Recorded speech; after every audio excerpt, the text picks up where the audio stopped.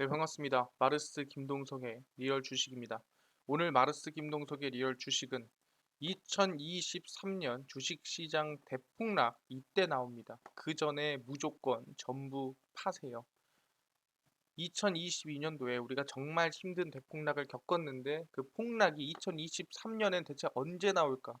다들 궁금하실 겁니다. 거기에 대한 완벽한 정답을 알려드리니까 영상 끝까지 꼭 시청하시길 바라겠습니다. 그 이전에 저희 마르스 김동석의 리얼 주식 유튜브가 여러분들의 사랑으로 빠른 성장하고 있습니다. 현재 구독자 65,600명이고요.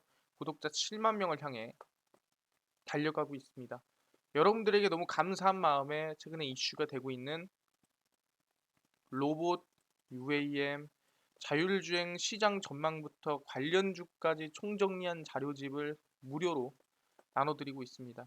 저희는 자료집을 받고 싶다 하시면 영상 끝까지 시청하셔라 말씀드리고, 이 자료집은 제가 직접 만든 자료집입니다. 그러다 보니까 로봇, UAM, 자율주행 시장 전망부터 관련주까지 총정리해놨으니까 무료로 받아가셔라 말씀을 드리겠습니다.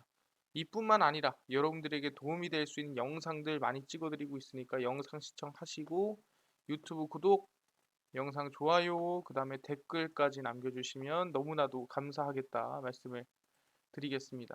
그래서 오늘의 주제는 2023년 주식시장 대폭락 이때 나옵니다. 그 전에 무조건 전부 파세요 입니다. 일단은 이게 뭔 소리냐 한다면은 다들 좀 궁금한 게 있을 겁니다. 증시는 과연 금리를 인상해야 오를까 아니면 인하해야 오를까에 대한 고민들을 하고 있다는 거죠. 근데 중요한 거는 금리를 인상한다고 해서 올라가는지 또는 금리를 인상한다고 해서 하락하는지, 이게 맞다고 하는 사람도 있고 이게 맞다고 하는 사람도 있고 말이 다르다라는 거예요. 여기에 대한 정답을 제가 지금부터 완벽하게 알려드리겠다. 그리고 증시 대폭락하는 시기까지 말씀을 드리겠습니다. 일단 이거는 뭐냐면은 금리에 따른 이 증시 방향성이라고 보시면 될 것 같아요. 파란색이 S&P 500이고요. 그 다음에 이 회색 선이 바로 미국의 10년물 국채금리입니다. 그래서 10년물 국채금리를 보면은 금리가 하락하니까 어떻게 증시가 하락을 했죠. 그리고 금리가 상승하니까 증시가 상승했습니다. 금리가 하락하니까 또 증시가 하락했고요. 금리가 상승하니까 또 증시가 상승했습니다. 근데 금리가 하락했는데 증시는 올라가죠. 금리가 올라가니까 증시가 올라가고요. 2013년 이후에도 금리는 하락했는데 또 증시는 올라갑니다.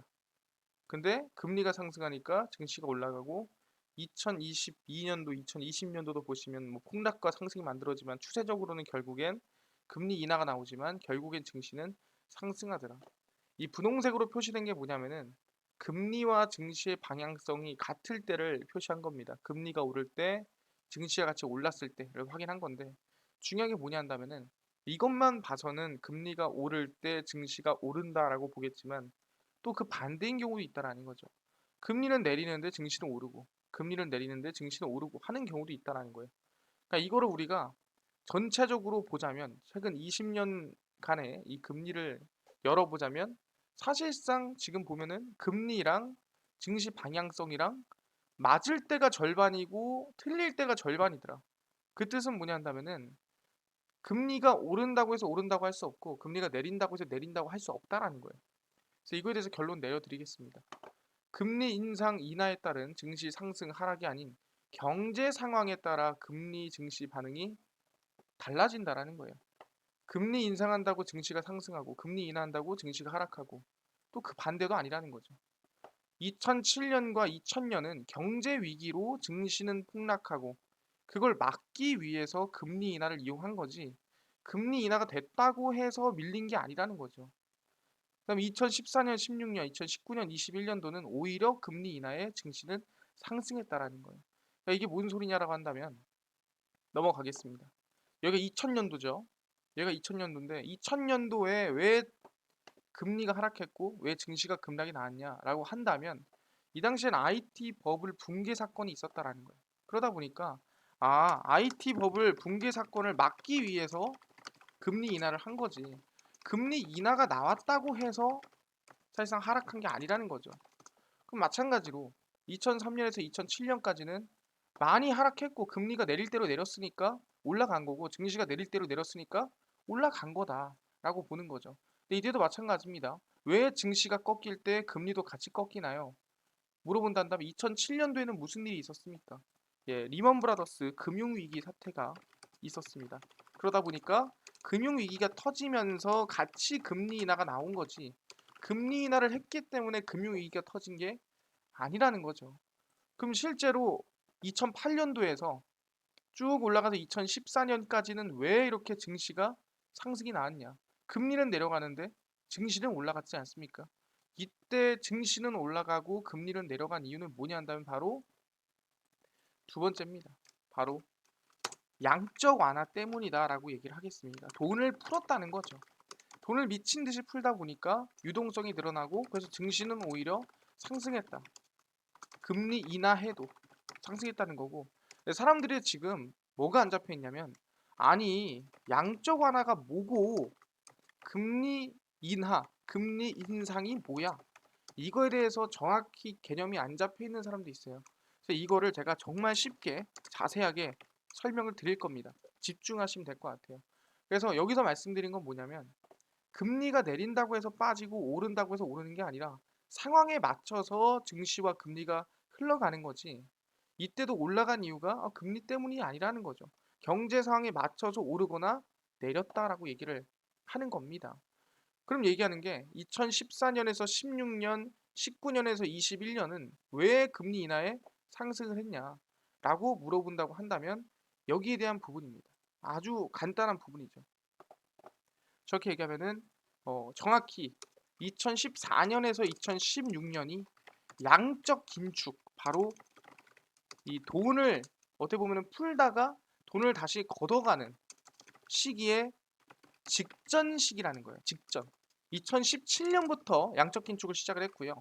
마찬가지로 2019년에서 2021년도 같은 경우는 뭐냐면은 양적 긴축이 2017년에 시작해서 2019년쯤 끝납니다.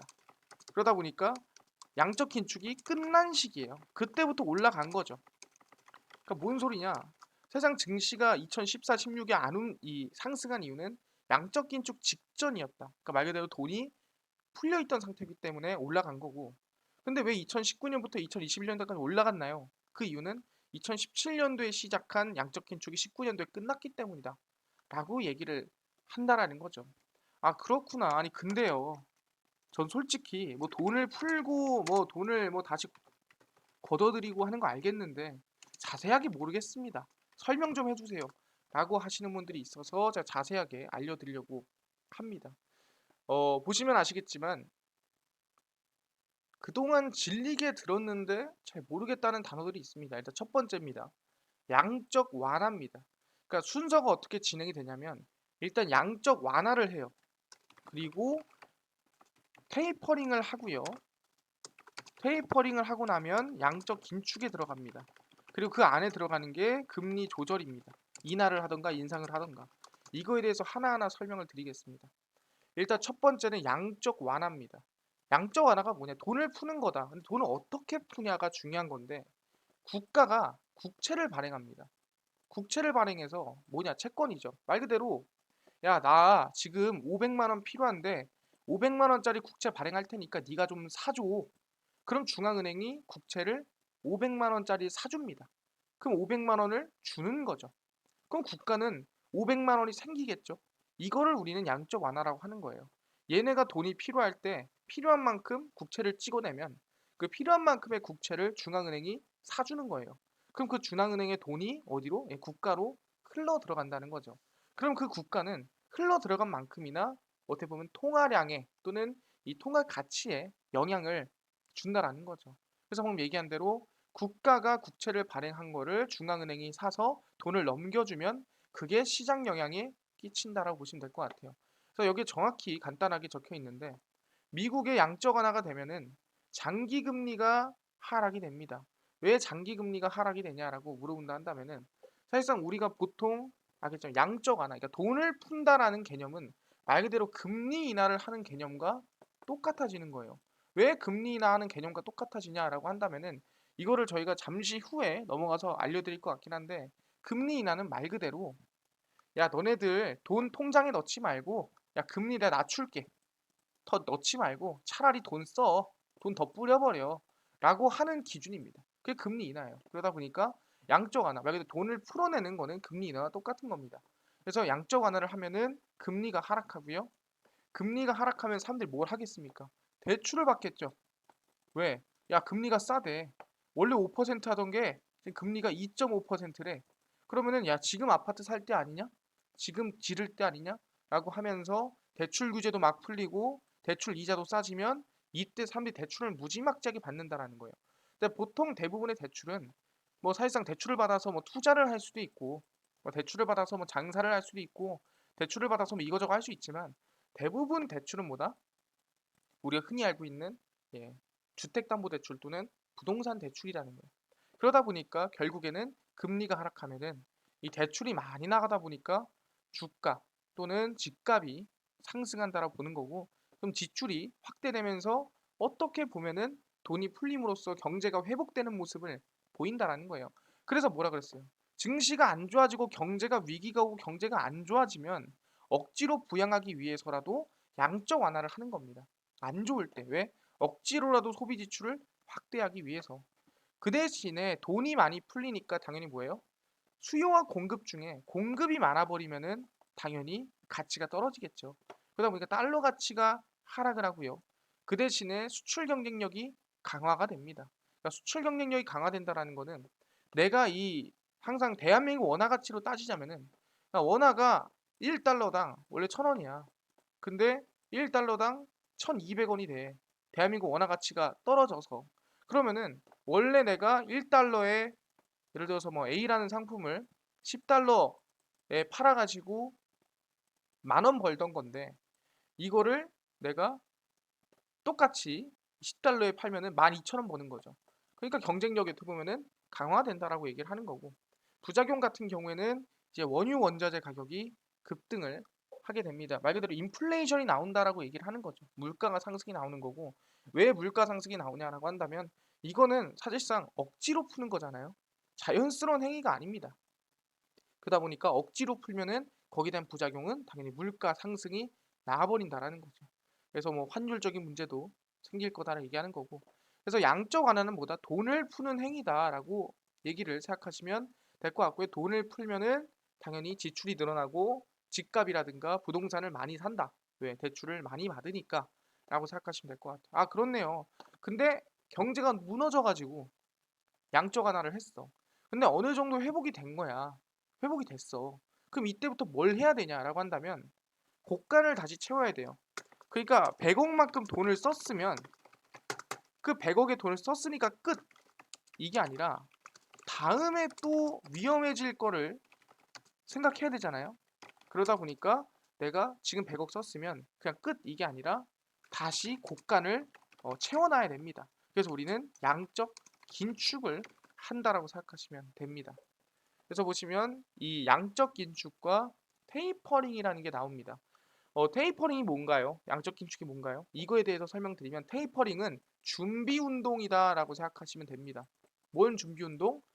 양적 긴축으로 가기 위한 준비 운동이다 생각하면 되는데 아니 뭔 소리냐라고 한다면은 아시겠지만 우리가 몸이 얼어 있으면 잘 안 움직여요. 사실상 우리가 예를 들어서 뭐 냉탕에 들어간다고 했을 때 심장부터 일단 적셔 주시고 왜? 놀라지 말라고. 심장부터 적시고 그렇게 들어간단 말이에요. 왜 그러냐 한다면은 놀라면 안 되니까. 몸이 반응하면 안 되니까. 그러니까 온도를 적응을 시키고 나서 그다음에 이제 냉탕에 들어간다라는 거죠. 마찬가지로 양적 긴축도 돈을 막 뿌리다가 갑자기 돈을 확 끊어버려. 그러면은 이게 문제가 커진다라는 거죠. 항상. 그래서 돈을 막 뿌리던 거를 확 끊어버리는 게 아니라 천천히 끊는 과정을 겪어야 되는데 그 과정이 테이퍼링이고 돈을 끊는 게 양적 긴축이다 생각하시면 됩니다. 그래서 화살표를 보시면 중앙은행의 화살표가 국가로가 있고요. 국가의 화살표가 시장 영향이가 있죠. 그러니까 중앙은행이 국가에 돈을 준다는 뜻이에요. 테이퍼링도 보시면은 화살표가 국가로가 있죠. 그러니까 여전히 돈을 주긴 준다는 소리입니다. 양적 긴축은 화살표가 국가에서 중앙은행으로 와 있죠. 돈을 안 준다는 뜻이죠. 그래서 보시면 왜 이렇게 국가로 가 있냐라고 한다면 돈을 주긴 주는데 줄여서 준다는 거야. 용돈을 원래 뭐 10,000원씩 주다가 야, 용돈 10,000원. 야, 너무 많더라. 솔직히 돈 많았잖아. 돈 남았잖아. 그러니까 10,000원 좀 그렇고 이제 10,000원 우리 5,000원으로 줄이자. 그래도 괜찮잖아. 할 만하잖아. 그래서 용돈을 줄이는 과정이에요. 그게 바로 테이퍼링입니다. 그래서 중앙은행이 돈을 주긴 주는데 뭐다? 줄이는 거죠. 국가의 국채 매입을 중앙은행이 줄이는 행위입니다. 돈을 원래 10,000원 주던 걸 5,000원으로, 5,000원 주던 걸 2,500원으로 줄이는 겁니다. 뭐 때문에? 준비 운동을 하는 거다. 어떤 양적 긴축을 위한. 왜 양적 긴축을 위한 준비 운동 한다 그랬습니까? 이걸 왜 한다 그랬어요?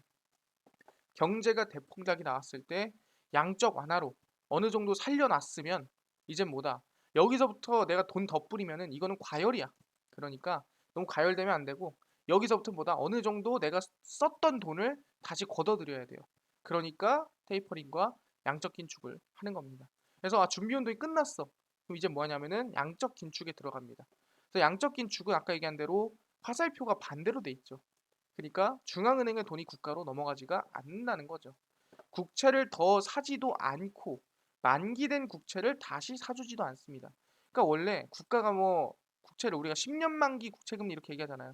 그러니까 10년 만기가 되면은 끝이 아니라 이거를 다시 재구입을 해주는 거야.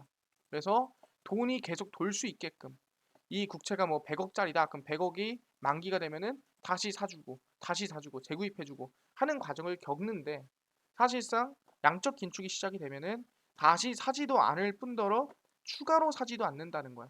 그러니까 일로 돈이 안 넘어간다는 거죠. 야, 나 500원만 안 줘. 야, 나 500원짜리 이제 갚을 때 됐거든. 근데 내가 갚을 수가 없을 것 같은데 그냥 다시 빌려주면 안 돼? 아니 그냥 갚아. 갚는 거죠. 그러니까 있던 돈이 흘러 들어가고 그리고 추가적인 돈도 안 들어가고 그러니까 돈이 점점 줄어드는 거죠. 빌린 돈을 갚아야 되니까. 그렇구나. 그게 양적 긴축이구나라고 생각하면 된다라는 거죠. 그래서 이거를 우리가 간단하게 얘기를 하면은 양적 완화는 돈을 푸는 거고 양적 긴축은 돈을 걷어들이는 거다. 테이퍼링은 뭐라고요? 우리는 양적 긴축을 하기 위한 준비 운동을 한다라고 생각하시면 될 것 같습니다. 그렇네요. 이제는 정의가 어느 정도 바뀌었습니다. 그럼 마지막으로 금리 조절에 대해서 말씀드리겠습니다. 이 금리가 올라가고 내려가는 게 솔직히 이해가 안 됩니다. 중앙은행이 공정 이자율, 우리가 흔히 얘기하는 뭐 FOMC 또는 우리가 흔히 뭐 금융위원회를 통해서 한국은행이 뭐 금통위에서 금리를 올렸다, 내렸다 얘기를 하지 않습니까? 그 공정 이자율을 인상 또는 인하하면서 통화량을 조절한다라는 거예요. 어떻게 조절합니까? 간단해요. 금리 인상을 한다 칩시다. 이자가 높으니까 대출받기 힘들어져요. 그러니까 부동산을 못 사니까 가격이 하락하죠. 반대로 금리가 오르면 저축이 증가됩니다. 야, 금리가 10%래. 소비 심리가 위축되죠. 왜? 내가 쓰는 것보다 저축하는 게 돈이 더 많이 버니까. 그래서 위축이 되는 거예요. 그러다 보니까 유동성이 줄어드는 거죠. 그래서 소비 심리가 위축되면서 당연히 수요가 줄어드니까 소비재 가격이 하락하는 겁니다. 그래서 이렇게 되면 뭡니까? 전체적인 자산 가격, 부동산, 소비재 또는 투자 이 모든 가격이 하락한다라는 거예요. 어떤 걸로 인해서? 금리 인상으로 인해서. 그래서 금리 인상은 뭐다? 너무 물가가 과열이 되면 하는 행위가 금리 인상이다. 그럼 금리 인하는 정반대죠. 이게 뭔 소리냐? 이자가 낮으니까 대출받기가 쉬워지죠. 그러니까 뭐예요? 너도 나도 부동산을 삽니다. 그러니까 부동산 가격이 올라가고요. 반대로 금리가 하락하면 뭐라고요? 저축이 또 어떻게 된다고요? 내려가죠. 왜? 금리가 떨어지니까 내가 돈을 굳이 넣을 필요가 없잖아요. 이 금리에 내가 넣을 바에야 그냥 쓰고 말지. 라고 하면서 소비 심리가 어떻게 보면은 늘어납니다. 그러면서 소비 심리가 늘어나면 소비재 가격이 상승하겠죠. 그래서 금리 인하와 금리 인상은 정반대로 움직인다. 그래서 금리 인상을 하면은 자산 가격이 오히려 내려가고 위축이 되고 금리 인하는 자산 가격이 확대가 된다라고 생각하시면 될 것 같습니다. 그러니까 간단하게 여러분들이 통장을 기준으로 생각하시면 돼요. 나는 돈을 언제 넣고 싶냐? 당연히 금리가 높을 때 돈을 넣고 싶죠. 돈을 넣으면 유동성이 줄고 유동성이 줄면 자산 가격이 내려간다. 그러니까 그 자산 가격을 내리고 싶으면은 금리 인상을 시키면 되겠네라고 생각하시면 됩니다. 아, 그렇구나. 이래서 우리가 보통 금리 조절이 들어가는구나. 인플레이션이 나왔다라고 한다면은 당연히 금리 인상이 들어가야 되는 거고, 디플레이션 아니면 스태그네이션, 경기 침체가 나왔다 한다면은 금리 인하를 해서 자산 가격을 올려야 되는구나라고 생각하시면 될 것 같습니다. 그럼 돌아가서 아까 뭐라 그랬습니까?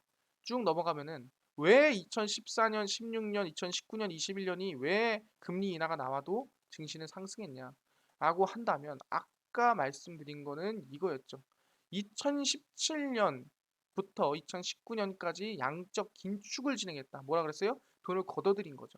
그러니까 2014년, 16년 전까지는 긴축을 안 했으니까 오른 거고, 2019년 이후 2021년까지는 양적 긴축이 끝났으니까 올라간 거죠. 그렇기 때문에 사실상 양적 긴축에 따라서 증시가 내리고 오른다는 거예요. 아, 그럼 양적 긴축을 하면 내린다는 소리고 양적 긴축을 안 하면 오른다는 소리네요. 라고 얘기를 하는 거 아니겠습니까? 확인해 보겠습니다.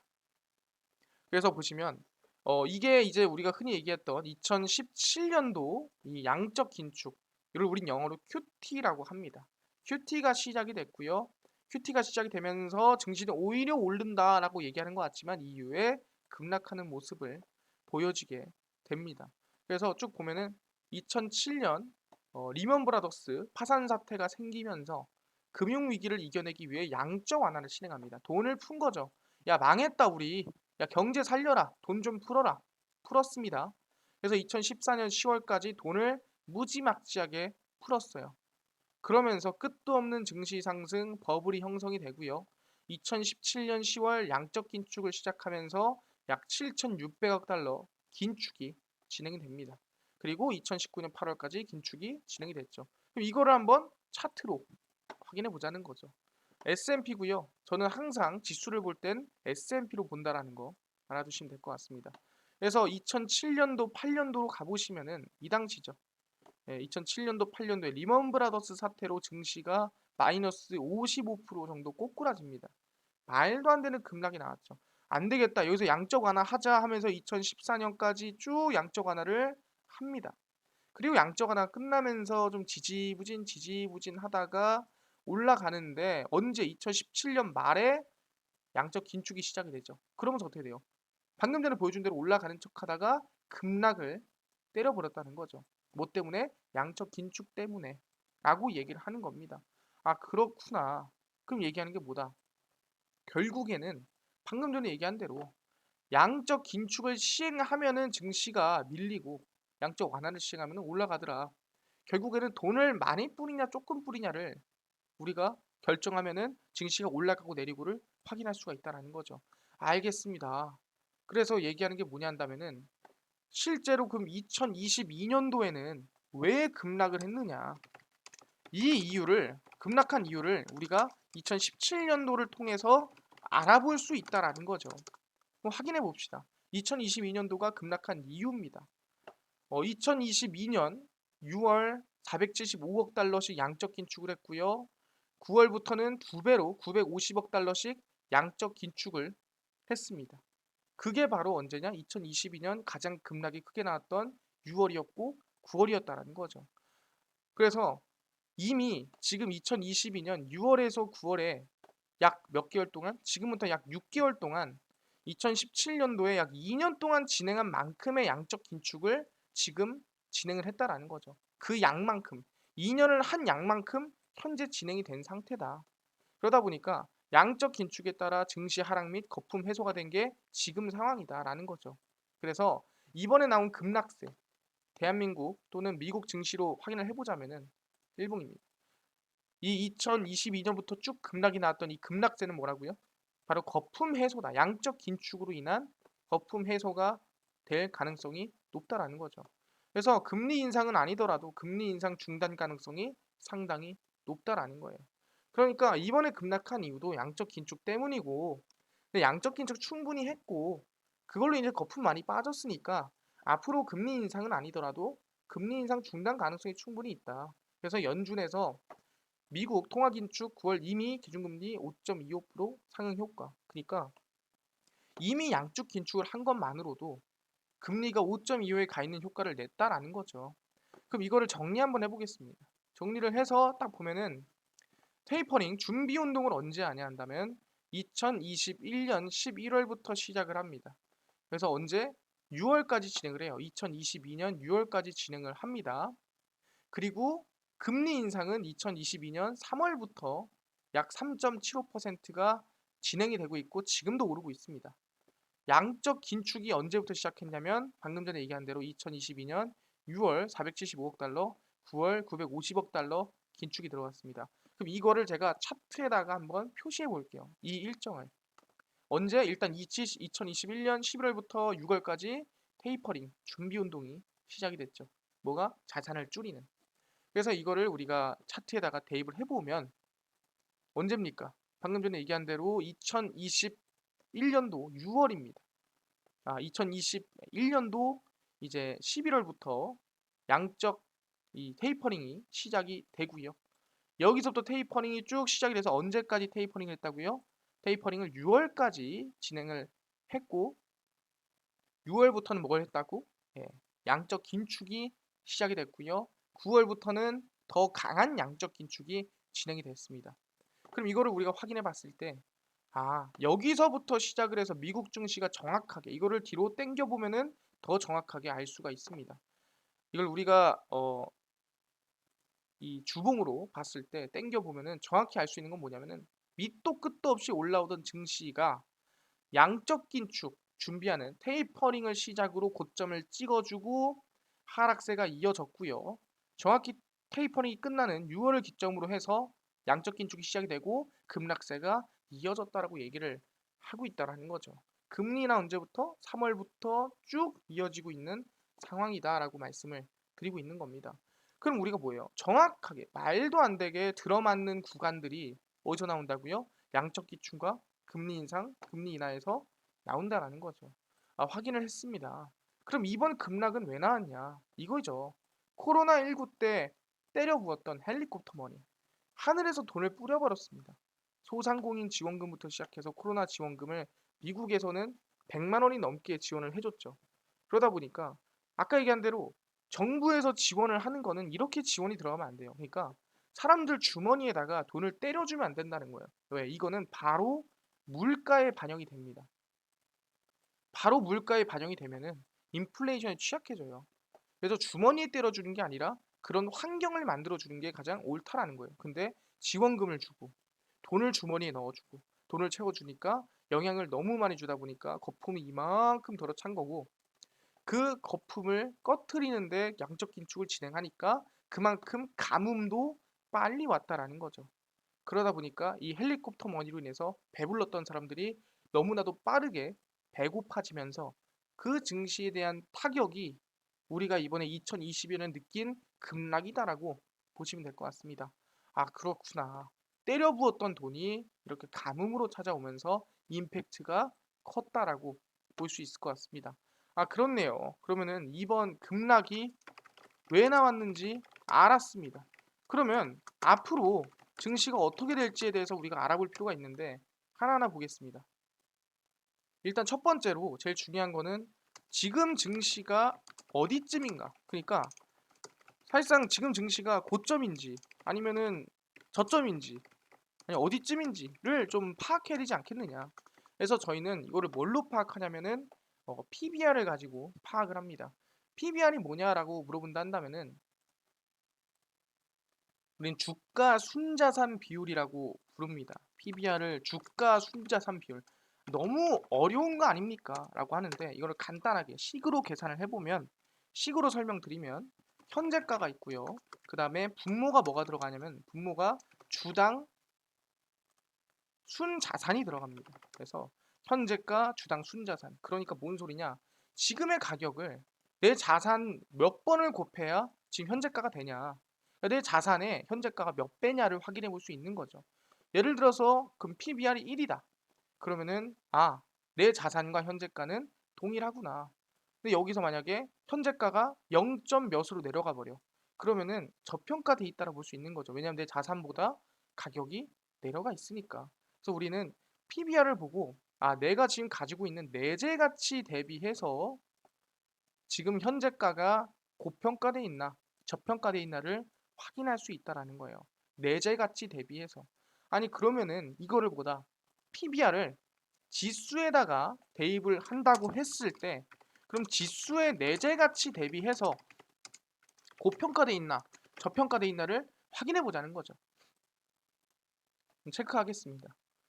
일단은 이 지수 PBR을 계산을 할 건데 이게 절대적으로 예를 들어서 방금 전에 얘기한 대로 뭐 1 미만이면은 좋고 뭐 높으면은 안 좋다. 뭐 이게 아닙니다. 뭐냐면은 비교를 해봐야 돼요. 지금까지 급락했던 시기, 폭락했던 시기와 그 다음에 지금의 폭락했던 시기를 또는 지금의 시기를 비교를 해봐서 PBR의 위치가 어디쯤 가 있나를 확인해 볼 필요가 있다라는 거죠. 그러다 보니까 과거에 급락했던 시기 PBR과 지금의 PBR을 계산해 보자.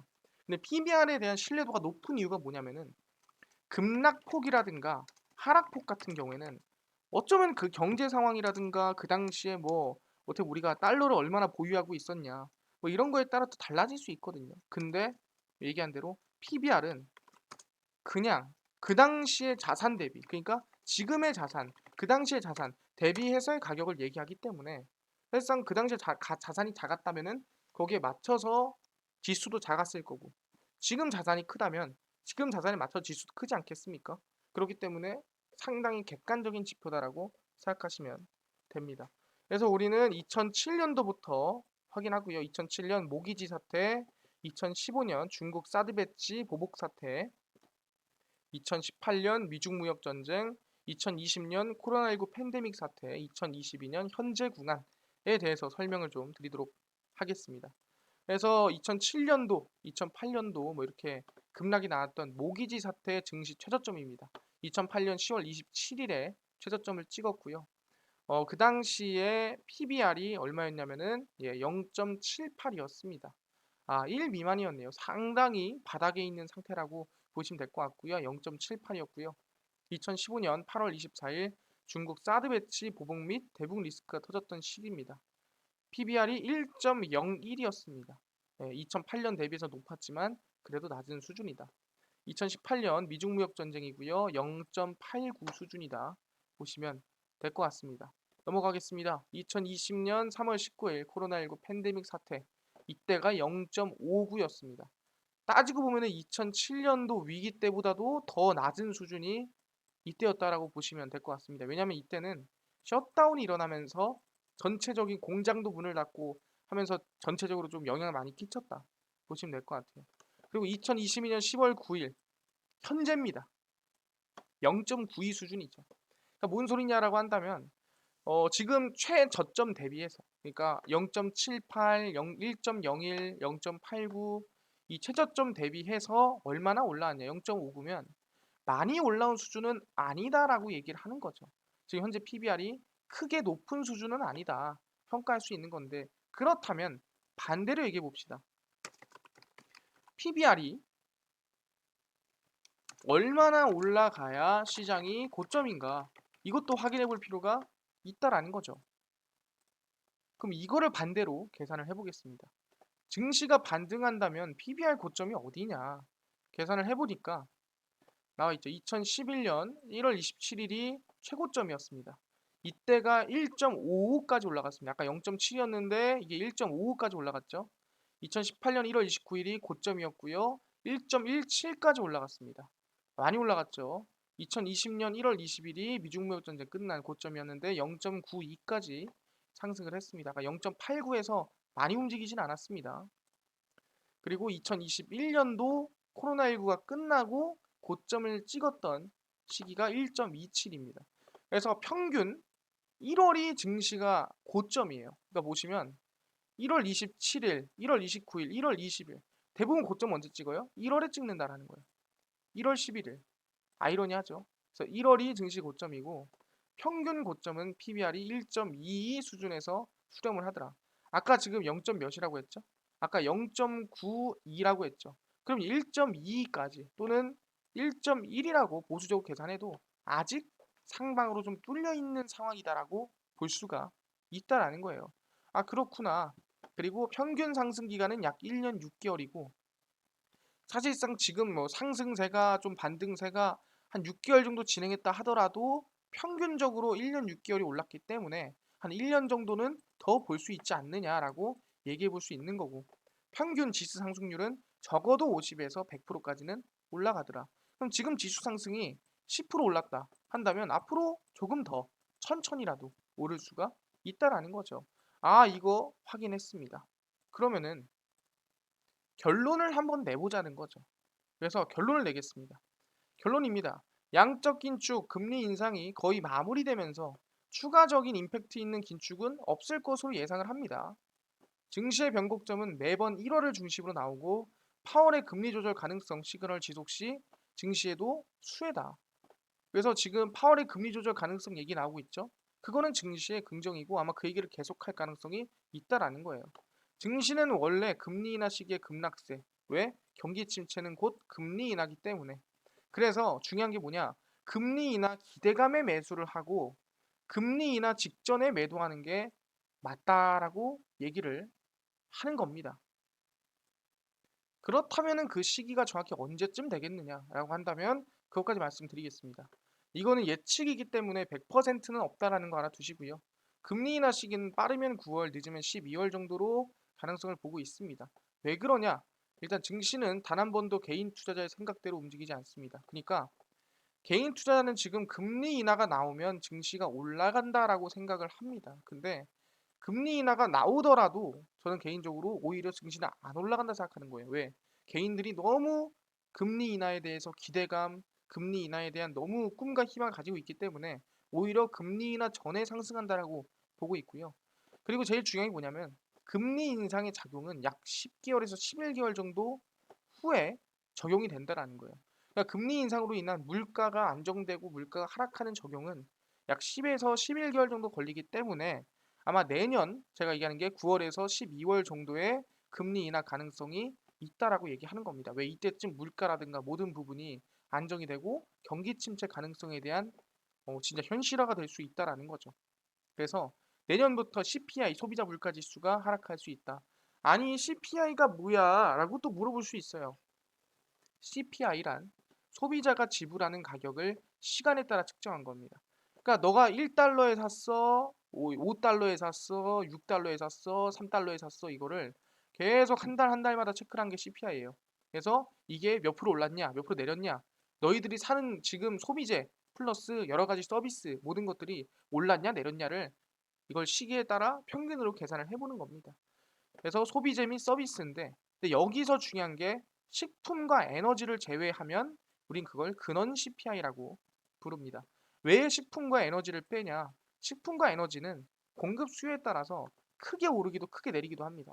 그러니까 실질적인 물가에 대한 얘기를 하기에는 등락이 외부 요인에 따라 너무 오르기도 하고 너무 내린다라는 거죠. 그러니까 실질적인 물가를 위해서라면 식품과 에너지를 뺀 근원 CPI를 확인해 볼 필요가 있다라고 얘기를 하는 겁니다. 그래서 우리는 뭡니까?